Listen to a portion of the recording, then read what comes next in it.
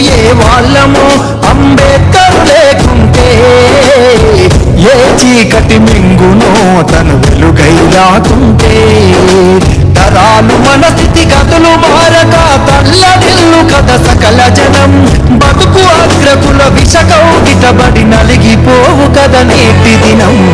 ఏమైపోయే వాళ్ళమో అంబేద్కర్ లేకుంటే, ఏ చీకటి మింగునో తను వెలుగై రాకుంటే.